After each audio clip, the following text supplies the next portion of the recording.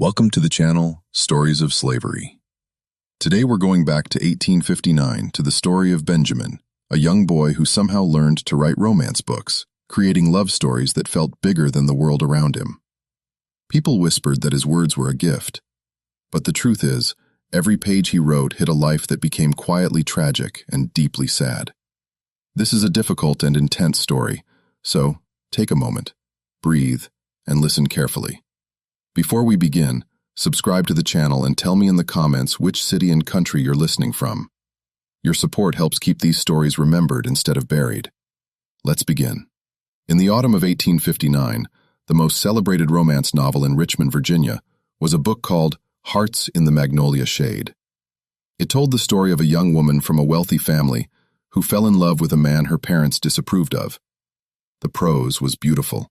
The emotions were raw and honest. The descriptions of love and longing were so powerful that women wept openly while reading it.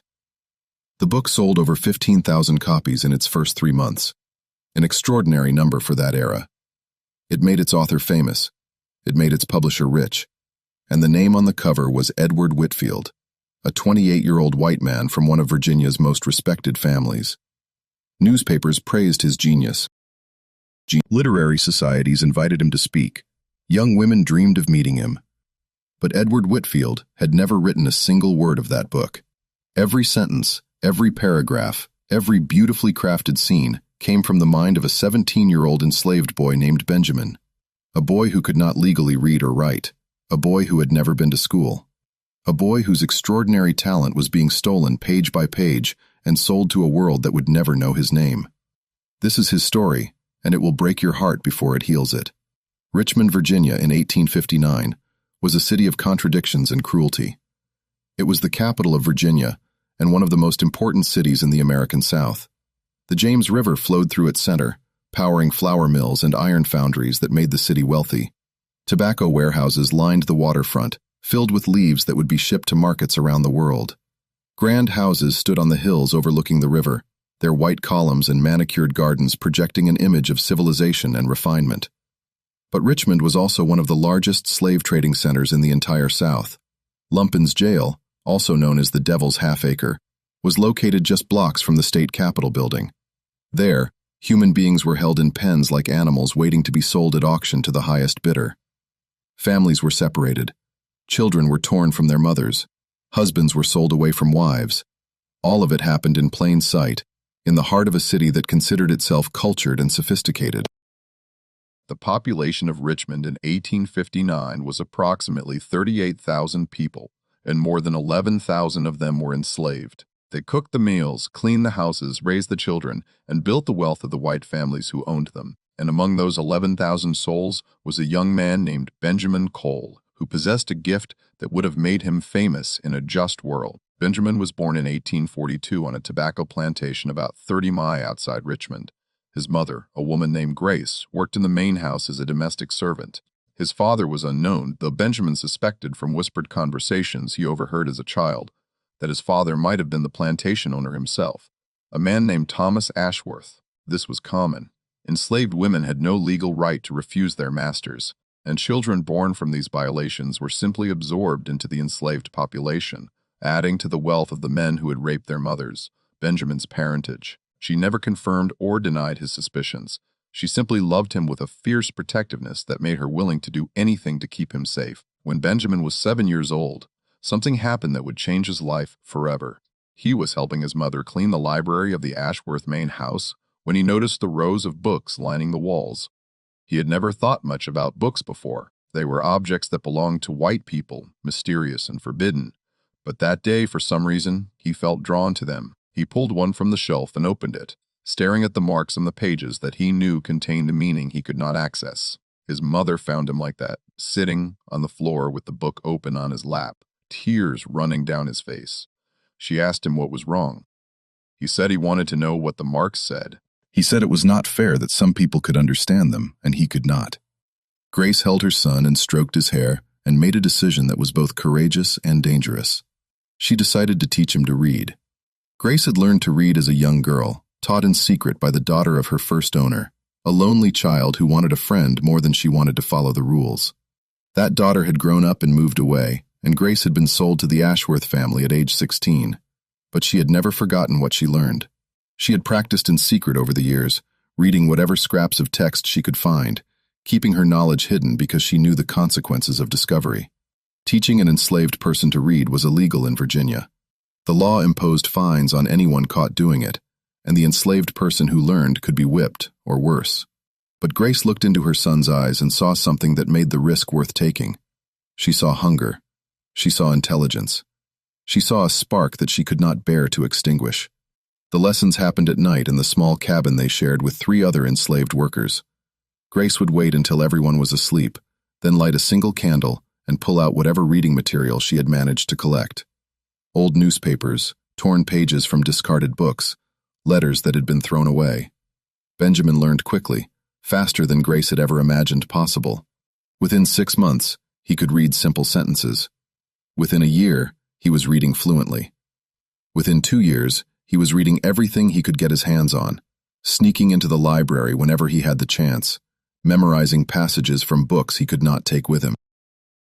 He read history and philosophy and poetry. He read sermons and legal documents and agricultural manuals. But most of all, he read novels. Stories of adventure and romance and tragedy. Stories of people who lived lives he could barely imagine. Stories that transported him out of his miserable existence and into worlds where anything was possible. He fell in love with stories, and he began to dream of creating his own. Benjamin started writing when he was 12 years old.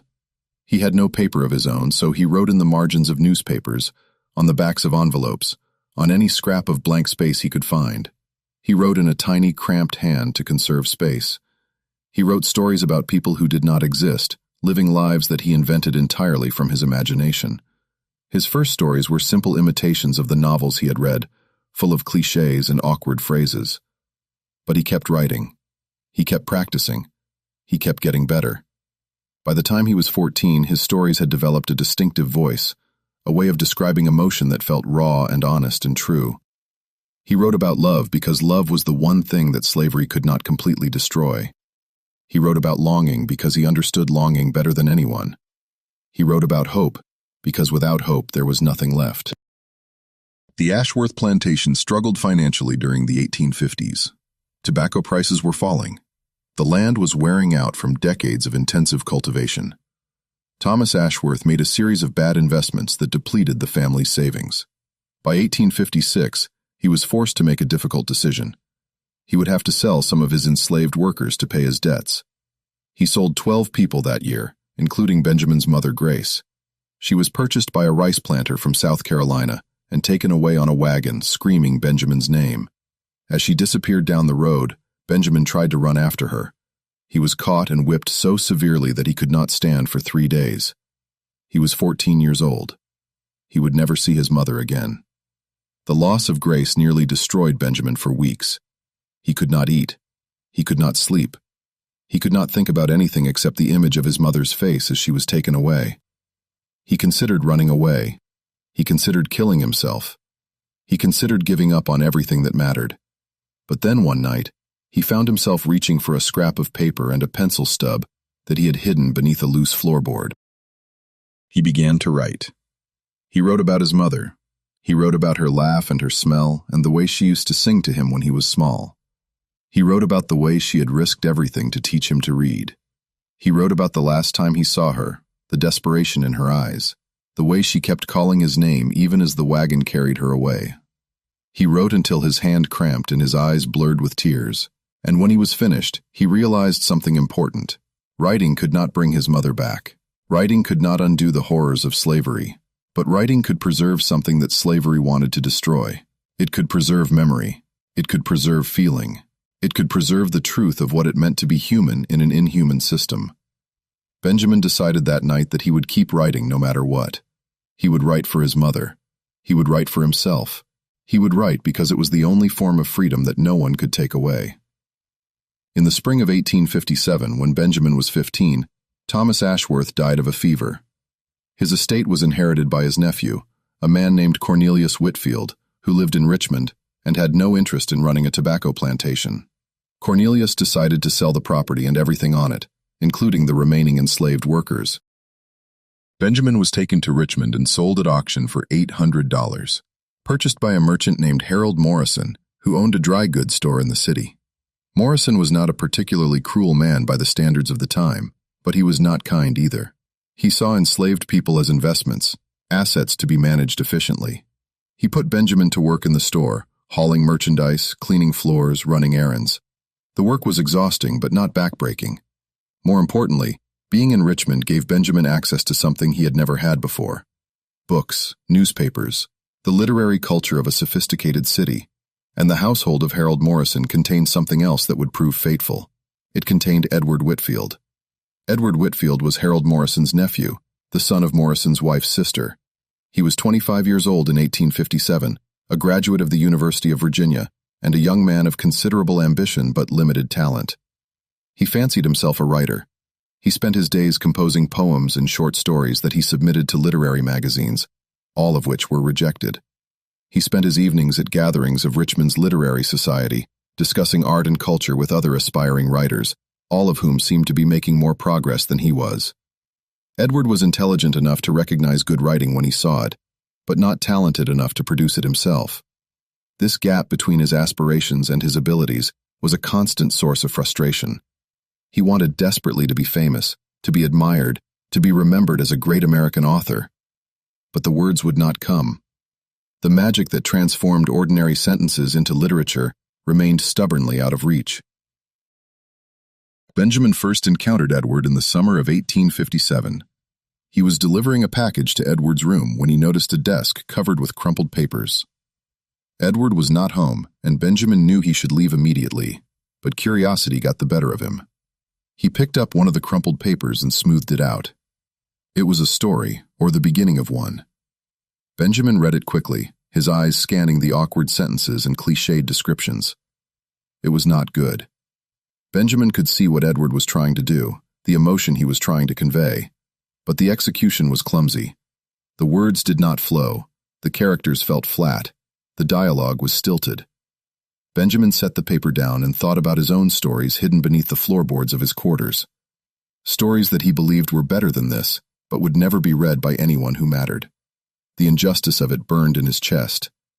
Here was a white man with every advantage, education, freedom, opportunity, and he could not write a decent story. And here was Benjamin with nothing, who could write circles around him but would never get the chance. He left the room before Edward returned, but he could not stop thinking about what he had seen. The discovery happened 3 months later in October of 1857. Benjamin had been careless. He had left one of his stories in the pocket of his work apron, and the apron had been collected for washing by another enslaved woman who worked in the Morrison household. She found the papers, and unable to read herself, brought them to Mrs. Morrison, thinking they might be important. Mrs. Morrison read the first page and was confused. The handwriting was crude, the paper was wrinkled and dirty, but the words were beautiful. She read the second page, then the third, then called for her husband. Harold Morrison read the pages with growing astonishment. Where had these come from? Who had written them? The enslaved woman said she had found them in Benjamin's apron. That was impossible, Morrison said. Benjamin was an enslaved boy who could not read or write. Everyone knew that. But Mrs. Morrison was not so sure. She had noticed things about Benjamin. The way he looked at books, the way he paused when passing the newspaper, the way his eyes moved across text as if he were following the words. She suggested they question him. Benjamin was brought before the Morrisons. That evening, Harold Morrison held up the pages and demanded an explanation. Benjamin knew that admitting he could read and write might result in severe punishment. It was illegal. It was dangerous. But the pages in Morrison's hand were his words, his creation, his soul poured out onto scraps of paper. He could not deny them. He said yes. He said he wrote them. He said he had taught himself to read and write years ago. The lie about teaching himself was instinctive. He would not betray his mother's memory by revealing her role. The Morrisons stared at him as if he had grown a second head. An enslaved boy who had taught himself to read and write, and who could produce writing of this quality. It was unheard of. It was disturbing. It was, Harold Morrison began to realize, potentially very valuable. The conversation that followed changed everything. Morrison was a practical man, and he recognized an opportunity when he saw one. An enslaved person who could write like this was a rare asset. There might be a way to profit from such a talent without anyone knowing the truth. He dismissed Benjamin and spent the rest of the evening in conversation with his wife. By morning, he had formulated a plan. He would not punish Benjamin. He would not reveal the secret. Instead, he would exploit it. And the instrument of that exploitation would be his wife's nephew, the desperately ambitious but talentless Edward Whitfield. Edward was brought into the scheme with a combination of manipulation and bribery. Morrison explained the situation. An enslaved boy in his household could write better than most published authors. Edward could take credit for that writing. Together, they could become rich and famous. Edward would provide the public face, the respectable white author that readers expected. Benjamin would provide the actual words. Morrison would handle the business arrangements and take a substantial share of the profits. It was perfect. It was foolproof. It was absolutely monstrous. Edward hesitated for perhaps 30 seconds before agreeing. His desire for fame overwhelmed whatever moral qualms he might have felt. He told himself that it was not really stealing. Benjamin was property, and property could not own anything, including its own creations. Everything an enslaved person produced belonged to their master by law. Edward was simply using what was already his. This rationalization allowed him to sleep at night. It allowed him to smile at literary gatherings while accepting praise for words he had not written. It allowed him to become the person he had always wanted to be, at least on the surface. Benjamin was informed of the arrangement the next day. He would write stories. Edward would claim authorship. In exchange, Benjamin would receive slightly better living conditions and would not be punished for his illegal literacy. There was no real choice being offered. It was a command disguised as a negotiation. Benjamin understood that refusing would mean a return to brutal labor, possibly sailed to a worse situation, possibly severe punishment for daring to learn to read and write. He agreed because he had to agree. But inside, something hardened. Something that had been innocent and hopeful calcified into something else. He would write their stories. He would make them rich and famous. But he would never forget what they were doing to him. And he would wait, however long it took, for an opportunity to reclaim what was his. The first story Benjamin wrote under this arrangement was completed in December of 1857. It was a short romance about a woman who waited for her soldier to return from war, not knowing if he was alive or dead. Edward submitted it to a Richmond literary magazine under his own name. It was accepted immediately. The editor sent a letter praising the emotional depth and beautiful prose. Edward read the letter aloud to Morrison and his wife, all of them congratulating themselves on their cleverness. Benjamin was not present for this celebration. He was in his small room behind the kitchen, writing the next story, trying not to think about what was being stolen from him. Over the next year, Edward Whitfield became one of the most promising young writers in Virginia. His stories appeared in magazines throughout the South. Critics praised his sensitive portrayal of romance and loss. Women declared themselves in love with his soul. Men envied his talent, and all of it was built on a lie.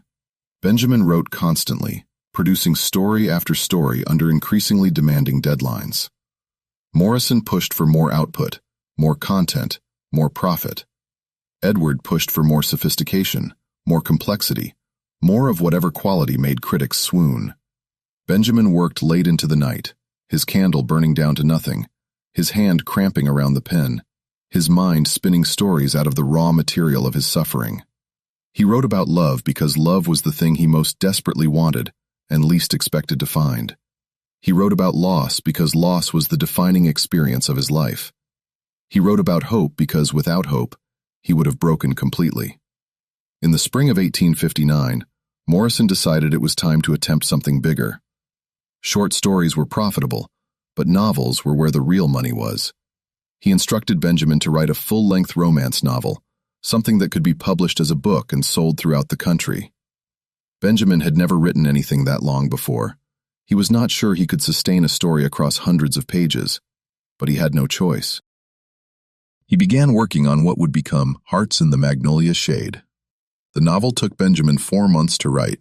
He worked on it every night, stealing hours from sleep, pushing himself beyond exhaustion. The story was about a young woman named Adelaide who fell in love with a man named James, a poor but honorable schoolteacher whom her wealthy parents despised. Adelaide's parents wanted her to marry a rich merchant who would increase the family's fortune. The conflict tore Adelaide apart, forcing her to choose between love and duty, between her heart and her family. Benjamin poured everything he had into this story. Adelaide's longing for freedom mirrored his own. Her impossible situation reflected the impossible situations that enslaved people faced every day.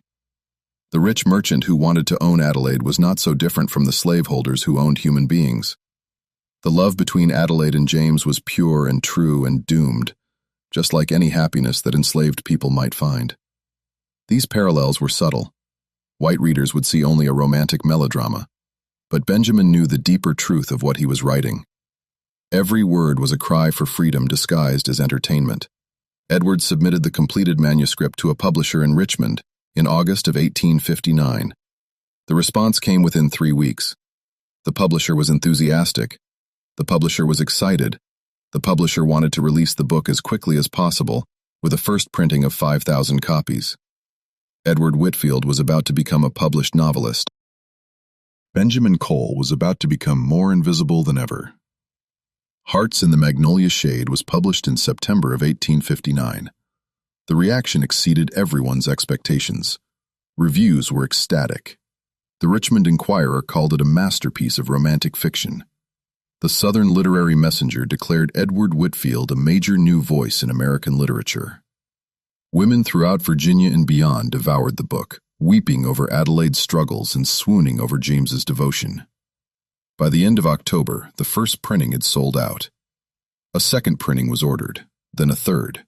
Letters poured in from readers who felt that the author had looked directly into their souls and written what he found there. Edward Whitfield was invited to speak at literary societies, to attend parties, at the finest houses, to meet with other celebrated authors. He accepted these invitations with practiced humility, deflecting praise while secretly basking in it. He had become exactly what he always wanted to be, and he had done it without writing a single word. Benjamin watched all of this from the shadows. He saw the newspapers with their glowing reviews. He heard the conversations about Edward Whitfield's genius. He knew that every accolade, every invitation, every expression of admiration was based on his work, his words, his soul. The unfairness of it was almost unbearable. But what could he do? He was property. His creations were property. The law was clear. The system was designed to ensure that people like him could never claim credit for anything, could never build anything, could never be anything other than tools for white people's enrichment. Benjamin continued to write. He had started a second novel, another romance that Morrison was eager to rush to market while Edward's fame was at its peak. He wrote mechanically now, without the passion that had driven his earlier work. The joy of creation had been replaced by the dull routine of production. He was a factory churning out product, watching others profit from his labor. It was, he realized, not so different from the cotton fields or the tobacco plantations. The exploitation just wore a different mask. But something was about to change. Something was about to disrupt the comfortable arrangement that Morrison and Edward had constructed. And that something arrived in Richmond in November of 1859 in the form of a woman named Catherine Wells. Catherine Wells was 32 years old, unmarried, and unapologetically independent. She had been born in Philadelphia to a family of Quaker abolitionists and had spent her adult life working for the cause of ending slavery. She wrote articles for abolitionist newspapers. She helped organize speaking tours for escaped enslaved people who shared their stories with Northern audiences. She raised money for the Underground Railroad, and in November of 1859, she traveled to Richmond on a mission that her fellow abolitionists considered foolish and dangerous. She wanted to document the slave trade firsthand. She wanted to visit the auction houses and the holding pens and see with her own eyes what she had only read about. She wanted to bring that testimony back to the North, where it could fuel the growing movement against slavery. Her friends warned her that a known abolitionist in Richmond was taking a terrible risk. She went anyway. She had never been the kind of woman who let fear dictate her choices. Catherine arrived in Richmond on November 15th and took a room at a modest boarding house near the commercial district. She spent her first days walking the streets, observing, taking mental notes that she would later write down in her journal. She saw the auction houses where human beings were sold. She saw the iron collars and chains displayed in shop windows. She saw the casual brutality with which enslaved people were treated, pushed and shoved and spoken to as if they were animals. She saw all of it, and it hardened her resolve to fight this system with everything she had. But she also saw something she had not expected. She saw a young black man standing outside a bookshop, staring through the window at the books displayed inside, his face a mixture of longing and despair that Catherine recognized immediately. It was the face of someone who loved books but was forbidden from having them. It was the face of someone whose mind was imprisoned even more thoroughly than his body. Catherine walked past without stopping, but she remembered that face. She would see it again. The second encounter happened 3 days later. Catherine had obtained permission to visit Lumpkin's jail under the pretense of being a curious northern visitor who wanted to understand southern institutions. The reality of what she saw there was worse than anything she had imagined. Human beings packed into tiny cells, children separated from their parents, women who had clearly been subjected to abuse they could not escape. Catherine kept her composure through the visit, asking polite questions and nodding at the explanations offered by her guide, but inside she was screaming. When she left the jail, she walked blindly through the streets, not paying attention to where she was going, trying to process what she had witnessed. She found herself outside a dry goods store, and there, sweeping the front steps, was the same young man she had seen outside the bookshop. He looked up as she passed, and their eyes met. Catherine saw intelligence in those eyes. She saw depth. She saw something that made her stop and pretend to examine the items displayed in the store window, just so she could look at him a moment longer. Benjamin noticed the strange white woman who kept appearing wherever he went. He had learned to be wary of white people paying attention to him. Attention usually meant trouble. But there was something different about this woman. She did not look at him with disgust or contempt or indifference. She looked at him as if she saw him, as if she recognized that he was a human being. It was such a rare experience that Benjamin did not know how to interpret it. He went back to his sweeping and tried to forget about her. But Catherine Wells did not forget about him. She made inquiries. She learned that the young man was named Benjamin and that he belonged to Harold Morrison, the owner of the dry goods store. She learned that Morrison was connected by marriage to Edward Whitfield, the celebrated author whose novel was The Talk of Richmond. She bought a copy of Hearts in the Magnolia Shade and read it in her boarding house room over 2 evenings. The book was good. It was very good. The emotional depth was remarkable. The portrayal of a woman trapped by circumstances beyond her control felt painfully authentic. Catherine wondered about Edward Whitfield. She wondered how a privileged young white man could write with such understanding about feeling trapped and powerless. Something did not add up. Catherine's opportunity to learn more came at a literary gathering held on November 28th. She had obtained an invitation through a contact in Richmond, a secret abolitionist who maintained a public facade of supporting Southern institutions. The gathering was held at the home of a wealthy banker, and the guest of honor was Edward Whitfield, who would be reading excerpts from his novel and answering questions from admirers. Catherine attended with her journal hidden in her bag, ready to take notes on whatever she observed. What she observed was a performance. Edward Whitfield spoke eloquently about the creative process, about the inspiration for his characters, about the emotional truth he tried to capture in his prose. He was charming and articulate, and entirely convincing. But Catherine noticed something strange. When someone asked a detailed question about a specific passage in the book, Edward hesitated.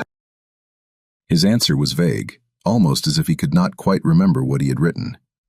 When someone mentioned a particularly beautiful metaphor on page 132, Edward thanked them without seeming to know which metaphor they meant. These were small things most people would not notice. But Catherine was trained to observe, and she observed that Edward Whitfield did not speak about his own book the way an author should. After the reading, Catherine approached Edward with her most disarming smile. She introduced herself as a visitor from Philadelphia, who was deeply moved by his novel. She asked if he would be willing to answer a few questions for an article she was writing about Southern literature. Edward, always eager for publicity, agreed enthusiastically. They found a quiet corner of the room, and Catherine began her gentle interrogation. She asked about his writing process.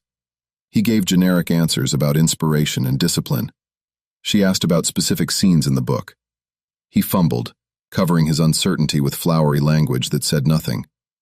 She asked about the character of Adelaide and why he had chosen to make her feel so trapped. Edward said something about the universal human experience, but his eyes flickered with something like panic. Catherine pressed further.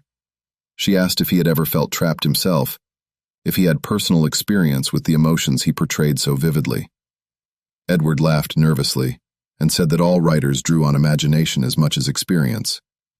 Catherine nodded and thanked him for his time. She had what she needed. She was now certain that Edward Whitfield had not written that book. The question was, who had? The answer came to her that night as she lay awake in her boarding house room, turning the pieces over in her mind. The young enslaved man outside the bookshop, staring at books with such longing. The same young man at Morrison's store, connected to Edward Whitfield by family ties. The novel that portrayed entrapment and powerlessness with devastating authenticity. The author, who could not discuss his own work with any depth or specificity. The pieces clicked together like a lock opening. The enslaved boy had written the book. It was the only explanation that made sense. Catherine sat up in bed, her heart pounding. If she was right, this was one of the most extraordinary and terrible stories she had ever encountered. A young black man with the talent of a literary genius, his work stolen and published under a white man's name, his existence erased from his own creation. She had to find out if she was right. She had to find a way to speak to Benjamin. Getting access to Benjamin would not be easy. Enslaved people could not simply have conversations with strange white women without arousing suspicion. Catherine needed a pretext. She needed a reason to visit the Morrison household that would seem innocent. She considered and rejected several options before settling on one that might work. She would pose as a potential customer interested in commissioning a large order from Morrison's store. The order would be complicated enough to require multiple visits. During those visits, she would find opportunities to observe and perhaps communicate with Benjamin. It was a thin plan full of potential problems, but it was the best she had. Catherine visited Morrison's dry goods store on December 1, 1859.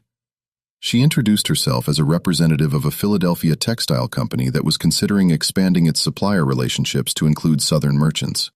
She expressed interest in Morrison's inventory and asked detailed questions about his sources and capabilities. Morrison was delighted. A business relationship with a Philadelphia company would be quite profitable. He gave Catherine a tour of his store and his warehouse, explaining his operations in exhaustive detail. Benjamin was present during part of this tour, carrying boxes and organizing inventory. Catherine managed to position herself near him briefly and whispered 4 words. "I know the truth." Then she moved away before anyone could notice the interaction. Benjamin heard the words and felt his blood run cold. What did this woman know? What truth was she referring to? Was she a threat? Was she trying to trap him? He had learned long ago that trusting white people was dangerous. That apparent kindness often concealed ulterior motives. But there had been something in this woman's eyes, something in her voice that did not feel like a trap. It felt like recognition. It felt like an offer of something he had never experienced before. Understanding. Benjamin finished his work that day in a state of distracted anxiety, making mistakes that earned him sharp words from Morrison. That night he lay awake in his small room, wondering who the woman was and what she wanted. The answer came 3 days later.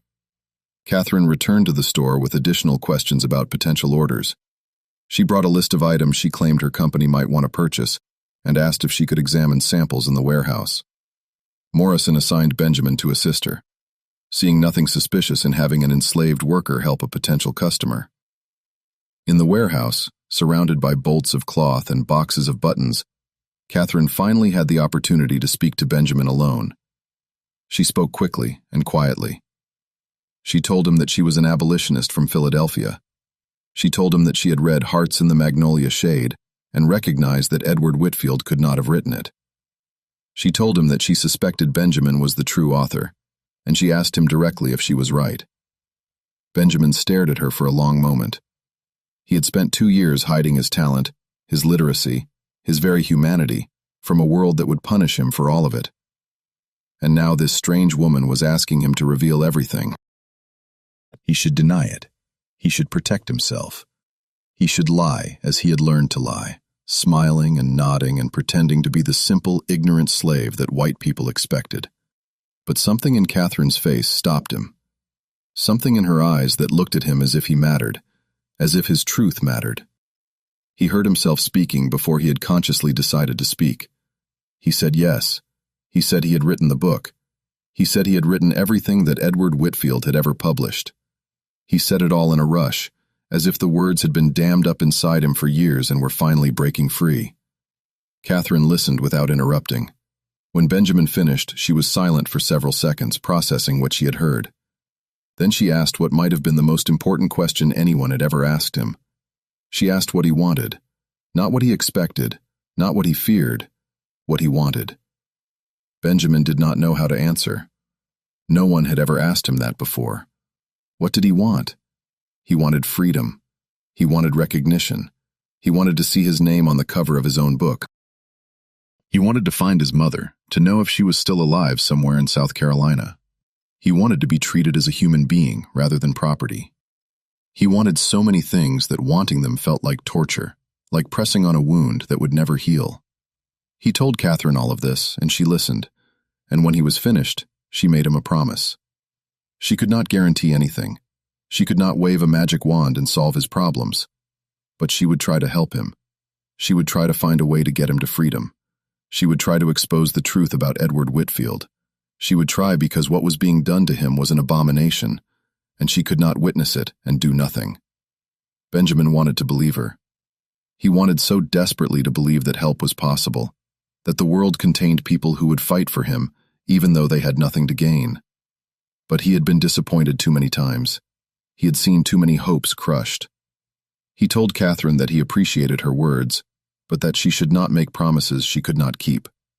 Catherine said she understood. She said she would not promise outcomes, only effort. She would do everything in her power to help him. The rest was in God's hands. They parted that day with an agreement. Catherine would return to the store regularly, maintaining her cover as a potential business customer. During her visits, she would pass messages to Benjamin and receive messages in return. They would communicate carefully, avoiding anything that might arouse suspicion, and Catherine would begin working on a plan to expose the fraud, a plan to help Benjamin escape, a plan to give a stolen voice back to its rightful owner. It was dangerous, it was complicated, it might fail catastrophically, but for the first time in years, Benjamin felt something he had almost forgotten existed. He felt hope. December of 1859 brought cold weather and heated politics to Richmond. The execution of John Brown in early December had inflamed tensions throughout the South. Brown had led a raid on a federal armory in Harper's Ferry, Virginia, hoping to start a slave rebellion. He had been captured, tried, and hanged. But his actions had terrified Southern slaveholders and energized Northern abolitionists. Newspapers were full of angry editorials. Public gatherings crackled with anxiety and rage. Many Southerners believed that the North was planning more attacks, more attempts to destroy their way of life. Many Northerners believed that slavery was a moral stain that could no longer be tolerated.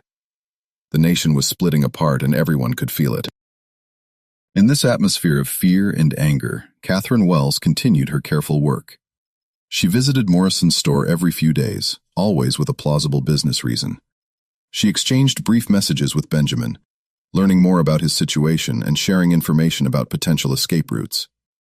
She wrote letters to her contacts in Philadelphia, asking about the Underground Railroad and whether there might be a way to get Benjamin out of Richmond safely. The responses she received were cautious.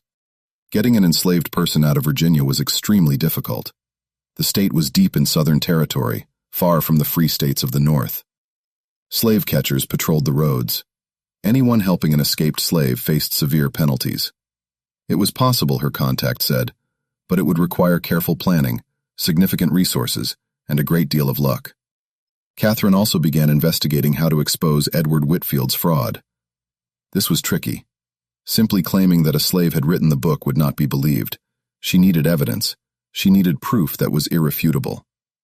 She asked Benjamin if he had any drafts of his writing, any samples that could be compared to the published text. Benjamin told her about the manuscripts he had produced, all of which were now in Morrison's possession. Morrison kept them locked in a safe in his office, aware of their value and determined to protect the secret they represented. Getting access to those manuscripts would be nearly impossible. Catherine considered alternatives. Perhaps Benjamin could write something new, something that could be authenticated as his work and then compared stylistically to the published novel. It was a long shot, but it was something. Christmas approached. Richmond prepared for celebrations that would temporarily distract from the political turmoil. The Morrison household decorated with greenery and candles. Edward Whitfield was invited to a prestigious Christmas ball where he would be introduced to the governor of Virginia. Everything seemed to be going perfectly for the conspirators who had built their success on Benjamin's stolen talent. And Benjamin continued to write, working on the second novel that Morrison demanded, producing pages that would never bear his name. But now, for the first time, he was writing something else as well. He was writing his own story, his true story. In secret, in the margins of newspapers and on scraps of paper, he hid beneath his mattress. He was documenting everything: his childhood, his mother's lessons, the discovery of his talent, the theft of his work, the names, the dates, the details that could prove what had been done to him. Catherine had asked for evidence. Benjamin was creating it. One day he believed this testimony would matter. One day the truth would be told. December 24th, 1859, Christmas Eve. Catherine visited the Morrison store one final time before the holiday. She slipped Benjamin a note containing the outline of a plan. In January, she would return to Philadelphia temporarily to arrange resources and contacts for an escape attempt. She would be back in Richmond by early February. If all went well, they would attempt to get Benjamin to freedom before spring. It was not a detailed plan. It was barely a plan at all, but it was something to hold on to during the cold, dark days ahead. Benjamin read the note and memorized it and burned it in the stove. He spent Christmas Day serving the Morrison family their holiday meal, invisible in his white serving gloves, listening to their laughter and their toasts, and their comfortable certainty that the world was exactly as it should be. Edward Whitfield was there, of course, accepting praise from the family for his literary success, raising his glass to future triumphs. Benjamin watched him and felt nothing, not anger, not hatred, not even contempt, just a cold, clear understanding that this man had taken everything from him and would one day answer for it. One day, soon perhaps, or perhaps years from now, but one day the truth would come out. Benjamin held on to that certainty like a lifeline. It was all he had. The year 1859 ended, and 1860 began. Catherine left Richmond as planned, traveling back to Philadelphia to organize the resources needed for an escape attempt. Benjamin continued his dual existence, writing novels for Edward Whitfield by day and documenting his own truth by night.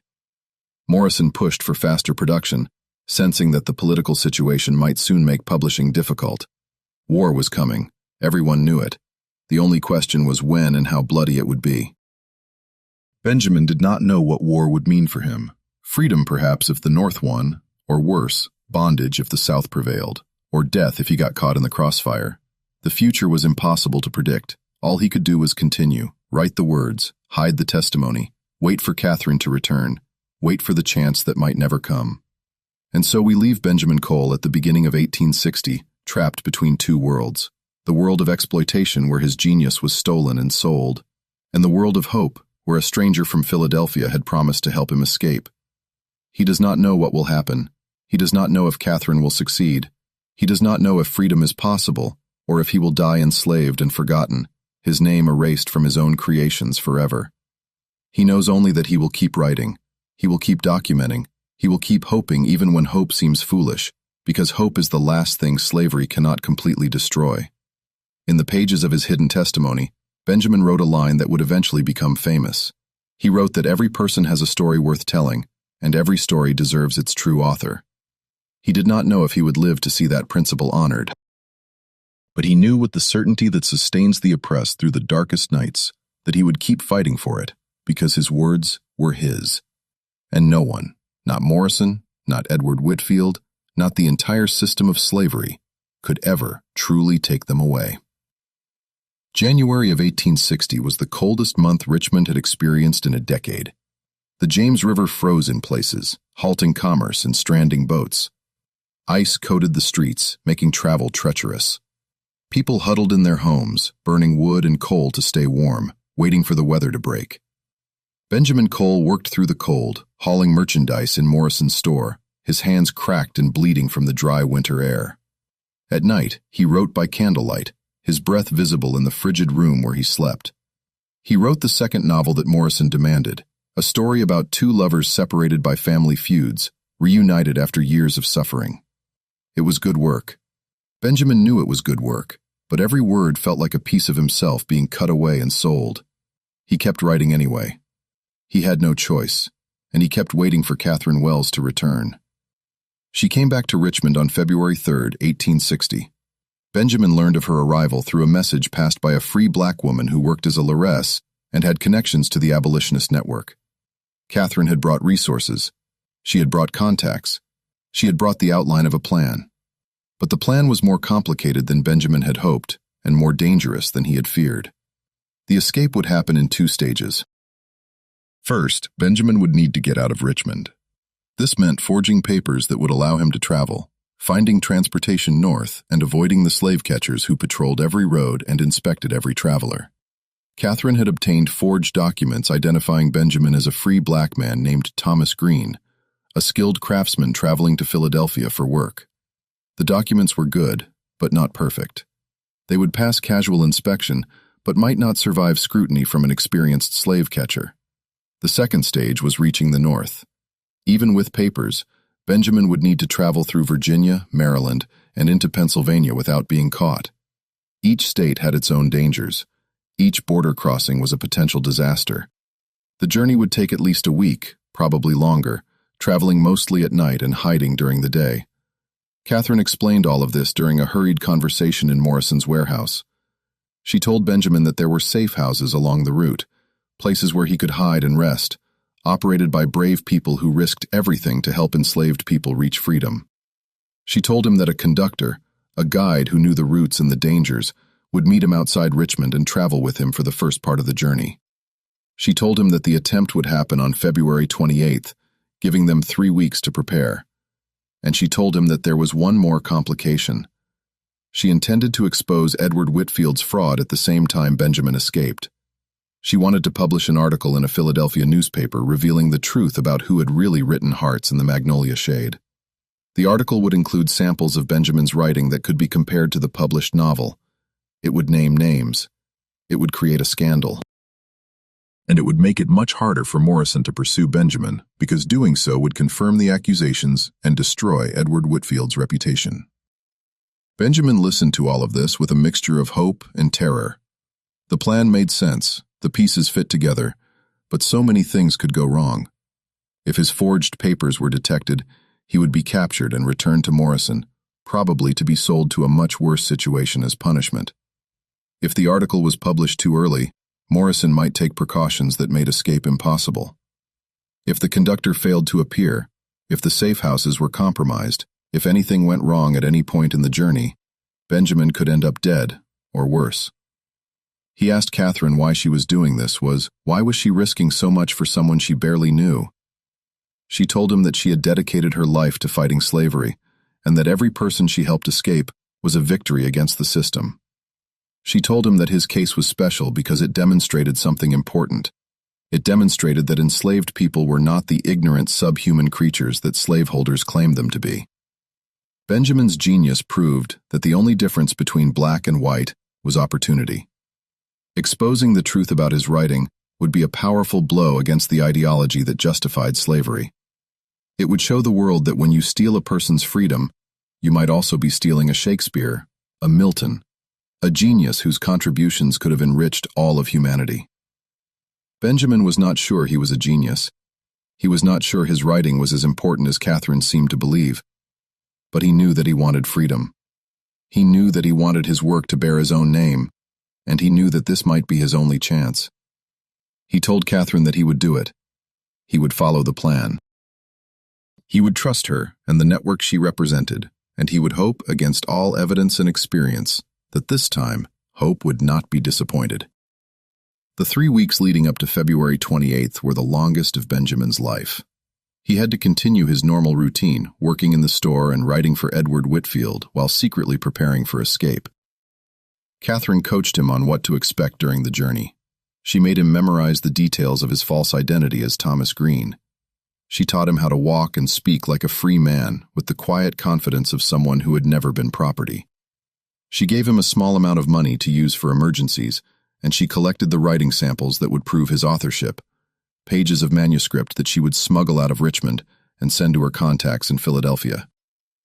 Getting the manuscript samples was the most dangerous part of the preparation. Morrison kept all of Benjamin's original drafts locked in a safe in his office. Catherine needed to get copies of pages that could be definitively linked to Benjamin's handwriting and compared to the published versions. She developed a plan that relied on timing and distraction. On February 15th, she would visit the store with a complicated order that would require Morrison's personal attention. While Morrison was occupied, Benjamin would slip into the office and retrieve several pages from the safe. The combination to the safe was something Benjamin had learned months earlier, watching Morrison through a crack in the door as he counted his money. It was knowledge he had stored away without knowing how he might use it. Now it would be the key to his freedom. The plan worked. On February 15th, Catherine arrived at the store with an elaborate order for her fictional textile company. She asked question after question, demanded to see samples, insisted on examining invoices. Morrison, smelling a large sale, gave her his full attention. Benjamin, assigned to inventory work in the back, slipped away and entered Morrison's office. His hands were shaking as he worked the combination. The safe opened.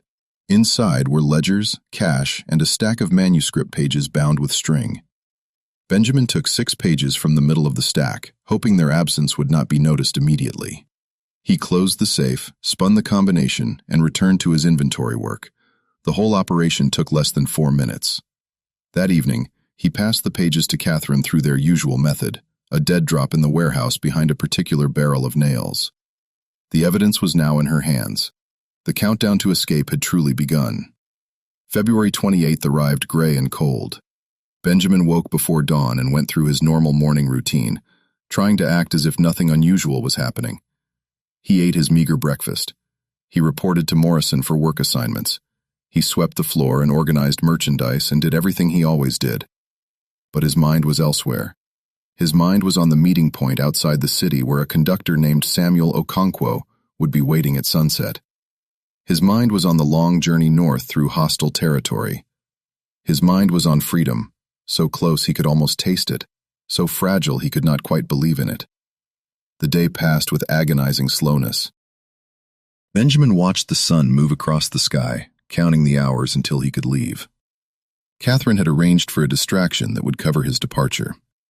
At 5 o'clock, a fire would break out in a warehouse near the waterfront. It would be small and controlled, causing minimal damage but maximum confusion. In the chaos, Benjamin would slip away from the Morrison property and make his way to the meeting point. By the time anyone noticed he was missing, he would be miles from Richmond. At 4:30, Benjamin completed his final task in Morrison's store. He put away his work apron. He retrieved the small bundle of belongings he had hidden beneath a loose floorboard in his room. He waited by the back door, watching through a crack as the afternoon light began to fade. At 5 o'clock exactly, he heard distant shouting. The fire had started. Smoke rose from the direction of the waterfront. People ran past the store, heading toward the commotion. Benjamin opened the back door and stepped out into the alley. He walked quickly, but not too quickly, trying to look like someone with legitimate business rather than someone running away. He reached the end of the alley. He turned onto a side street. He kept walking. The meeting point was a grove of trees about 2 miles outside the city limits. Benjamin reached it as the last light was fading from the sky. He stood in the darkness, his heart pounding, searching for any sign of the conductor who was supposed to meet him. For 5 minutes he saw nothing. For 10 minutes he began to panic. What if something had gone wrong? What if Samuel Okonkwo had been captured? What if this was a trap? Then a figure emerged from the shadows. A tall black man with graying hair and steady eyes. He said one word. Benjamin. Benjamin nodded. The man said his name was Samuel, and they needed to move quickly. The journey had begun. They traveled through the night, following paths that Benjamin would never have found on his own. Samuel knew every trail, every crossing, every hiding place along the route. He had made this journey dozens of times, guiding enslaved people to freedom, risking his own liberty with every trip. He was a free black man who had purchased his own freedom 20 years earlier and had spent every year since then helping others achieve what he had achieved. He did not talk much. He did not need to. His calm competence said everything. Benjamin followed him through the darkness, trusting this stranger with his life because he had no other choice. They reached the first safe house just before dawn. It was a farm owned by a Quaker family named the Petersons, who had been part of the Underground Railroad for over a decade. They welcomed Benjamin and Samuel into their barn, where a hidden room beneath the hoft provided shelter for escaping enslaved people. Benjamin slept for a few hours, exhausted from the night's travel and the weeks of tension that had preceded it. When he woke, Mrs. Peterson brought him food and water and kind words that almost made him cry. She told him he was brave. She told him that freedom was waiting. She told him that God was watching over him. Benjamin thanked her and ate the food and tried to believe that everything would be all right. They stayed at the Peterson farm for 2 days, waiting for word that the route ahead was clear. During this time, Benjamin learned that Catherine's article had been published in Philadelphia. The story of Edward Whitfield's fraud was now public. The article included samples of Benjamin's handwriting, analysis by experts who confirmed that the manuscript pages matched the published text, and a detailed account of how Morrison and Whitfield had exploited an enslaved teenager's genius for profit. The reaction was explosive. Northern newspapers picked up the story immediately.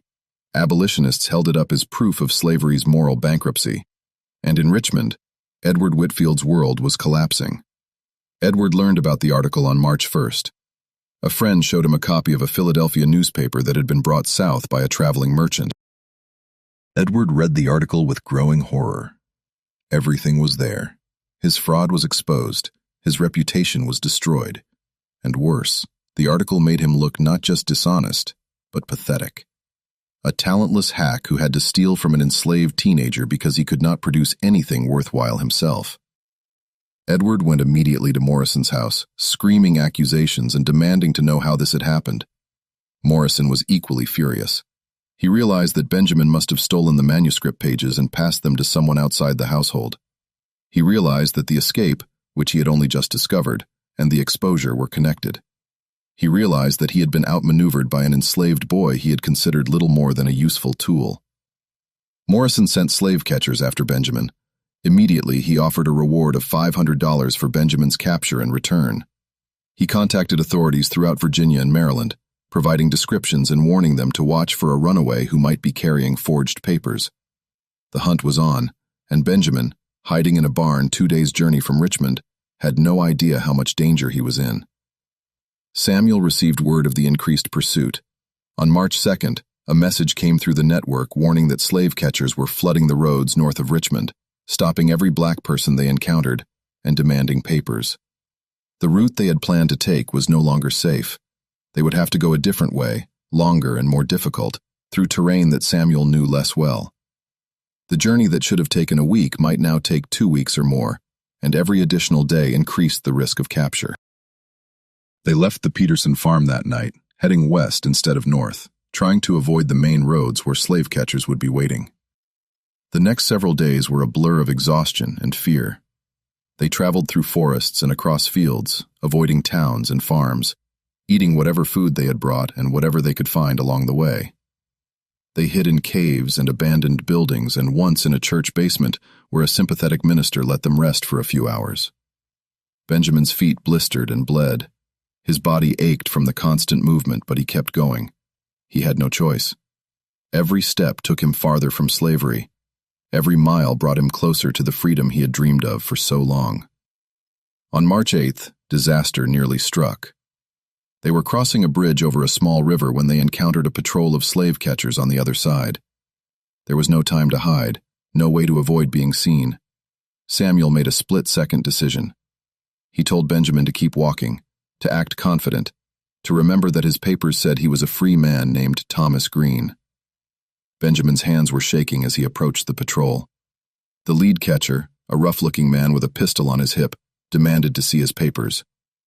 Benjamin handed them over, trying to keep his voice steady as he explained that he was a craftsman traveling to Philadelphia for work. The catcher examined the papers carefully, holding them up to the fading light, looking for any sign of forgery. Benjamin could hear his own heartbeat in his ears. The seconds stretched into eternity. Then the catcher handed the papers back. He told Benjamin to move along and stop wasting his time. Benjamin walked past the patrol, forcing himself not to run, not to show any sign of relief or fear. Samuel followed a few paces behind. They did not speak until they were well out of sight of the bridge. Then Samuel let out a long breath and said that had been too close. Benjamin agreed. His legs were weak with released tension, but they had made it. The papers had held. The journey continued. The remaining days of the escape blurred together. More walking, more hiding, more close calls that could have ended everything. They crossed into Maryland on March 10th and into Pennsylvania on March 14th. When Samuel told Benjamin that they had crossed the line, that they were now in free territory, Benjamin stopped walking. He stood in the middle of the road and looked around at the Pennsylvania countryside, the trees and fields and open sky, and he realized that for the first time in his life, no one owned him. He was not property. He was not a tool. He was a human being standing on free soil with the right to go where he pleased and do what he wanted and be who he truly was. He fell to his knees and wept. Samuel let him cry. He had seen this reaction many times. He understood that freedom was too big an emotion to contain. They reached Philadelphia on March 17, 1860. Catherine Wells was waiting for them at a safe house in the northern part of the city. She embraced Benjamin as if he were her own child, tears streaming down her face. She told him he was safe. She told him the article had caused a sensation. She told him that people all over the North were talking about the enslaved boy who had written a masterpiece and had his work stolen by a fraud. Benjamin was famous, though not in the way he had ever expected.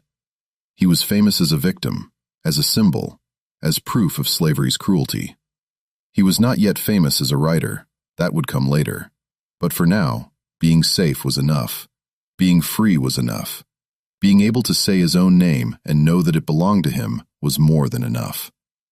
The weeks following Benjamin's arrival in Philadelphia were overwhelming.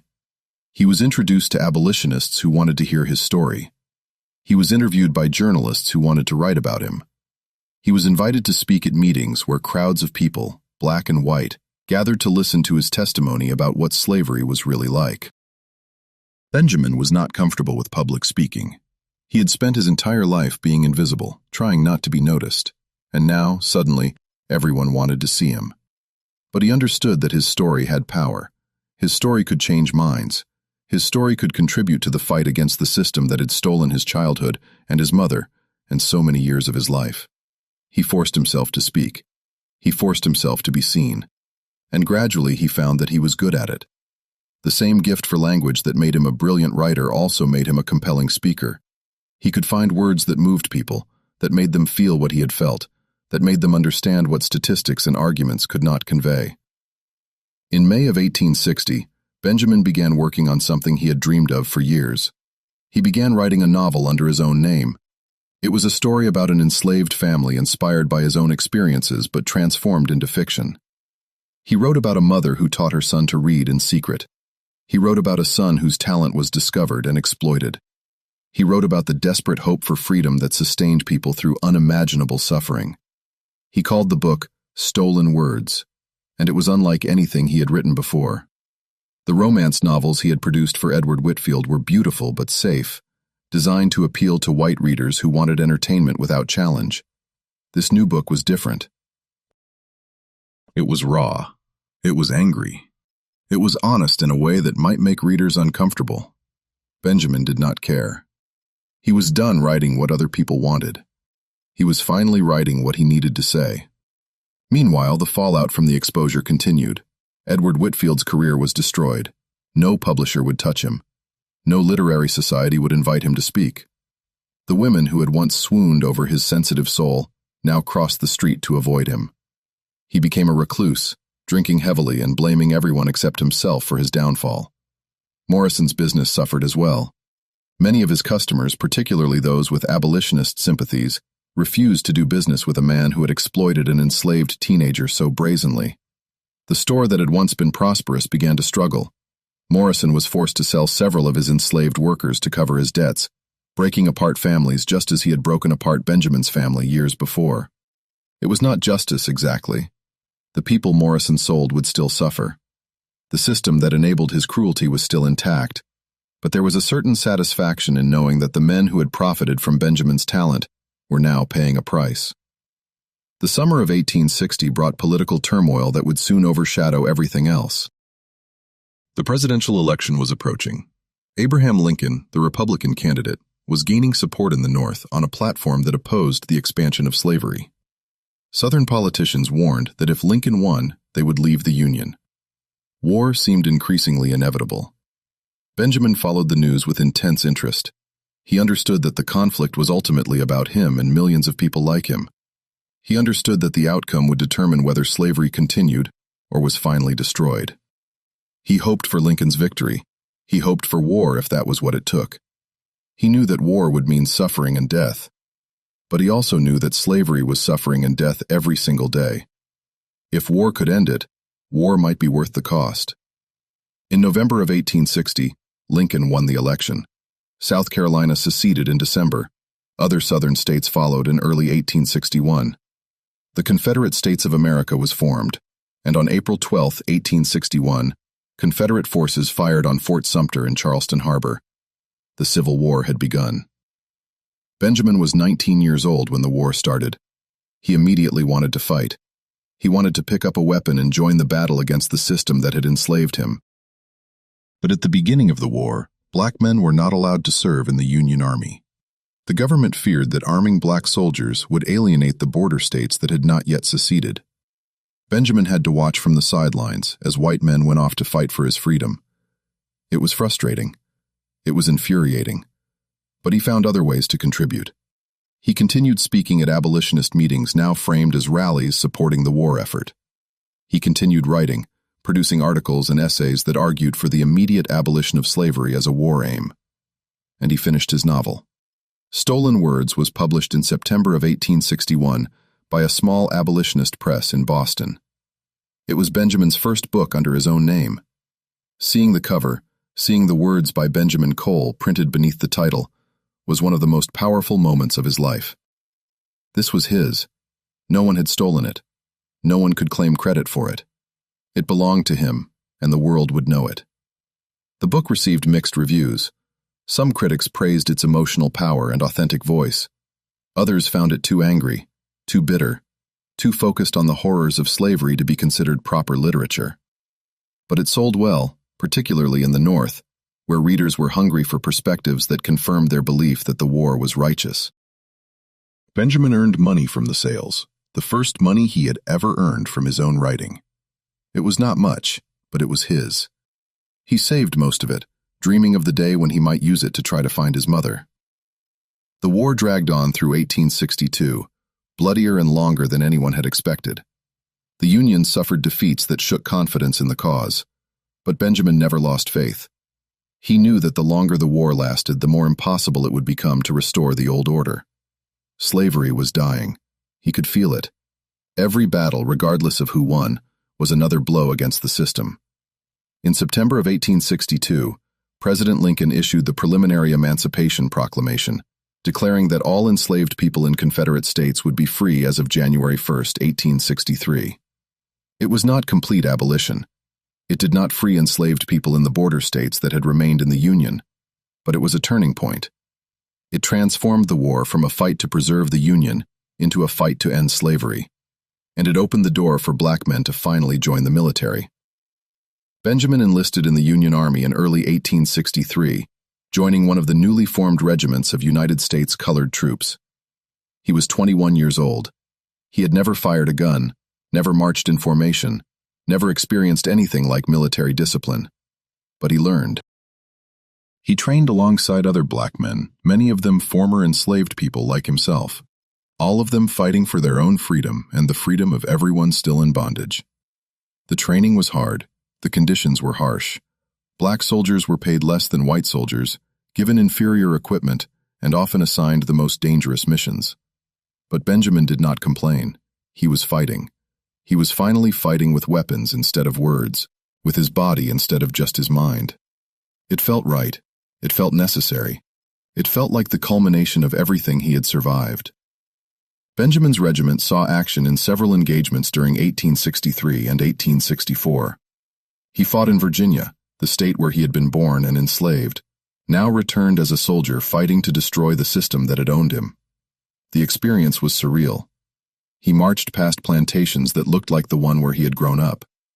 He saw enslaved people emerging from bondage, confused and hopeful and terrified all at once. He tried to tell them that freedom was coming, that they just had to hold on a little longer. Some of them believed him. Some of them looked at him with suspicion, unable to trust any promise after so many broken promises. Benjamin understood. He had felt that same suspicion himself. Trust was a luxury that enslaved people could rarely afford. In June of 1864, Benjamin was wounded in a skirmish near Petersburg, Virginia. A bullet struck his left arm, shattering the bone and leaving him unable to fight. He was transported to a field hospital and eventually to a military hospital in Washington, D.C., where he spent 3 months recovering. The doctors considered amputating his arm, but Benjamin refused. He would rather die, he told them, than lose the hand that had written his books. The doctors managed to save the arm, though it would never fully heal. Benjamin would carry the injury for the rest of his life, a permanent reminder of what he had sacrificed in the fight for freedom. While recovering in Washington, Benjamin received news that would change his life once again. A letter arrived from a woman in South Carolina, a formerly enslaved woman who had seen a newspaper article about Benjamin and recognized the name. The woman wrote that she had known someone named Grace Cole on a rice plantation in the Low Country. Grace had spoken often of a son named Benjamin, who had been sold away years before. Grace had died in 1862, the woman wrote, but she had died free. The plantation had been abandoned by its owners when Union forces approached, and the enslaved people had simply walked away. Grace had lived her final months as a free woman, still hoping to see her son again.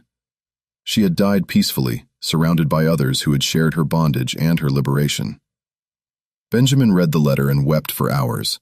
His mother was dead. He had known it was likely. He had prepared himself for this possibility, but knowing and feeling were different things. He would never see her again. He would never tell her about his books, about his escape, about his service in the army. He would never hold her hand and thank her for teaching him to read, for giving him the gift that had ultimately saved his life. But she had died free. She had known at the end what it felt like to not be property. That was something. That had to be enough. The war ended in April of 1865 with the surrender of Confederate General Robert E. Lee at Appomattox Courthouse. The Confederacy was defeated. Slavery was abolished. 4 million human beings who had been property were now legally free. Benjamin was discharged from the Army in June of 1865 with the rank of sergeant. He was 23 years old. He had a wounded arm, a modest amount of savings, and a future that was entirely his own to create. He chose to create it through writing. Benjamin returned to Philadelphia and devoted himself to his craft with an intensity that bordered on obsession. He published a second novel in 1866, then a third in 1868. He wrote essays and articles for newspapers and magazines. He became one of the most prominent black writers of the Reconstruction era. His work read and discussed throughout the country. Critics who had once dismissed him as too angry began to recognize his talent. Readers who had once avoided his work began to seek it out. Benjamin Cole was no longer just a symbol of slavery's cruelty. He was a literary figure in his own right, respected for his art as well as his history. In 1870, Benjamin married a woman named Josephine Williams, a teacher at a school for black children in Philadelphia. They had met at a church gathering introduced by mutual friends who thought they might like each other. They did more than like each other. They fell in love with a depth and intensity that surprised them both. Josephine understood Benjamin in ways that few others could. She understood his pain, his anger, his desperate need to create. She supported his work even when it consumed him. And she gave him something he had never expected to find. She gave him happiness. They had 4 children together, 3 daughters and a son. Benjamin was a devoted father who read to his children every night and taught them the value of education. He told them stories about their grandmother Grace keeping her memory alive through the generations. He told them about slavery and freedom, about suffering and survival, about the long struggle that had made their comfortable lives possible. He wanted them to understand where they came from. He wanted them to know that their existence was a miracle, a triumph over a system designed to destroy families like theirs. Benjamin continued writing into his 60s. His later work was less angry, more reflective, shaped by the experience of decades of freedom rather than years of bondage. He wrote about love and loss, about memory and forgetting, about what it meant to build a life after everything had been taken away. His final novel, published in 1899, was called The Author's Name. It told the story of an enslaved man whose writings were stolen and published under someone else's name, and who spent his life fighting to reclaim his legacy. It was in many ways the story of Benjamin's own life, transformed into fiction, and offered to the world as testament and warning. The book was dedicated to his mother Grace, who had given him the gift of literacy and the courage to use it. Edward Whitfield did not live to see Reconstruction. He died in 1863 in Richmond during the war.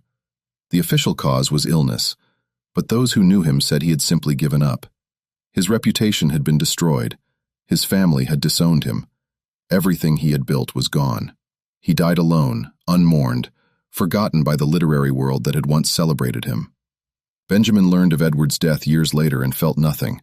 Not satisfaction, not pity, not anger. Just emptiness. Edward Whitfield had stolen years of Benjamin's life and work. His death did not return those years. It did not undo the damage. It was simply the end of a sad and wasted life. Benjamin chose not to think about it anymore. He had better things to think about. He had his family. He had his writing. He had his freedom. That was enough. Harold Morrison fared slightly better than his co-conspirator. He survived the war and rebuilt his business afterward, though it never reached its former prosperity. He died in 1878, a moderately successful merchant who was remembered by no one except his immediate family. His role in exploiting Benjamin's talent was largely forgotten by history. He became a footnote, a minor villain in a story that belonged to someone else. Benjamin sometimes wondered if Morrison had ever felt guilty about what he had done. He suspected not. Men like Morrison had a gift for convincing themselves that their cruelty was justified, that their victims were not really human, that the system absolved them of responsibility. Benjamin had met many such men during his life. He had stopped trying to understand them. Understanding required empathy, and some people did not deserve empathy. Catherine Wells remained Benjamin's friend for the rest of her life. She continued her abolitionist work after the war, transitioning to advocacy for civil rights and women's suffrage. She visited Benjamin and Josephine often, becoming a kind of adopted aunt to their children. She never married, devoting herself entirely to the causes she believed in. When she died in 1891, Benjamin delivered the eulogy at her funeral. He spoke about her courage, her compassion, her willingness to risk everything for people she had never met. He said that she had saved his life, not just physically but spiritually. She had shown him that the world contained good people, white people who saw black people as human beings and were willing to fight for their freedom. Without that knowledge, he said, he might have given in to despair. Without Catherine Wells, he might have stopped believing that change was possible. Benjamin Cole died on March 14, 1905, exactly 45 years after crossing into Pennsylvania and becoming free. He was 63 years old.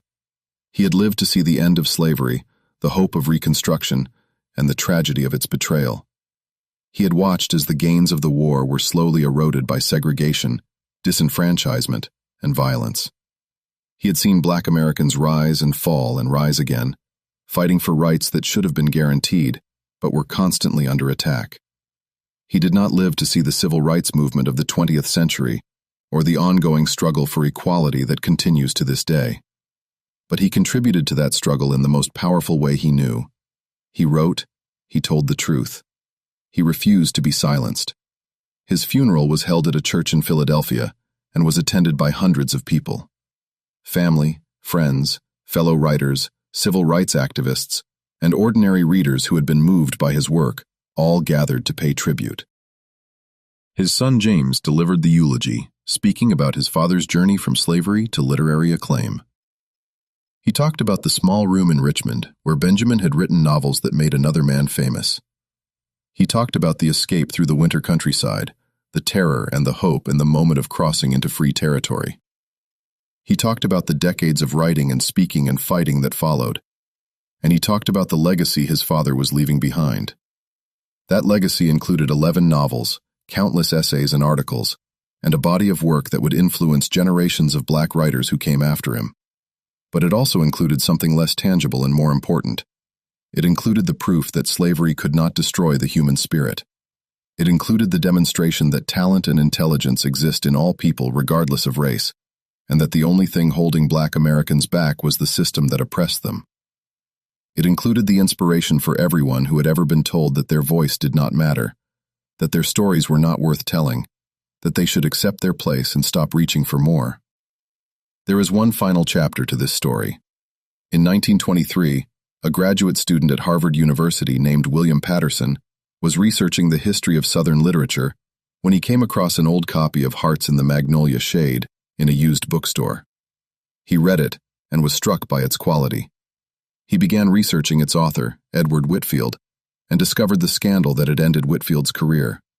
He learned about Benjamin Cole and read everything Benjamin had written, and he wrote his doctoral dissertation on Benjamin's life and work, arguing that Benjamin was one of the most important American writers of the 19th century, a genius whose early work was stolen, but whose later work represented a unique and invaluable contribution to American letters.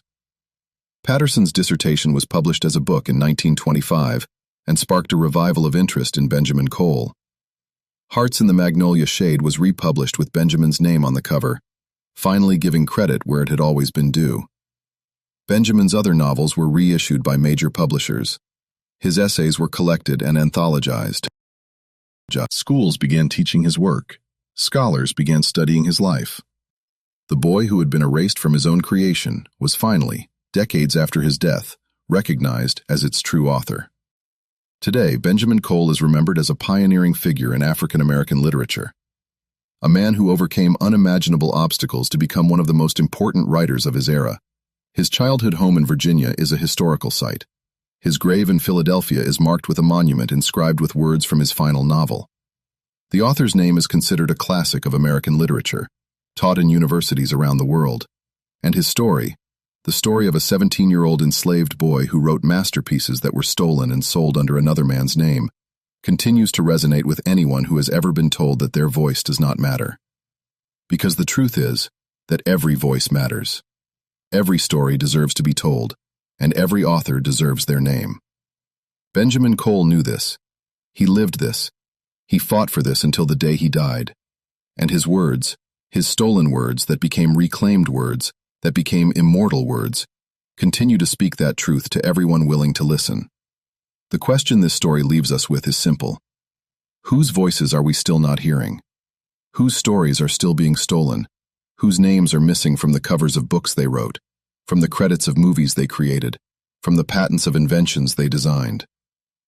The system that exploited Benjamin Cole may be gone, but the tendency to erase and exploit and steal from those with less power is not.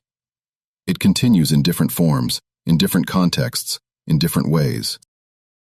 And every time we fail to recognize it, every time we benefit from it without acknowledging it, we become part of the problem. Benjamin Cole spent his life fighting to be seen. He succeeded. But the fight is not over. It is never over. And it will continue as long as there are people willing to pick up where he left off, to tell the stories that need to be told, to insist that every human being has value, and every voice deserves to be heard. That is the legacy of Benjamin Cole. That is the lesson of his extraordinary life. And that is the challenge he leaves for all of us.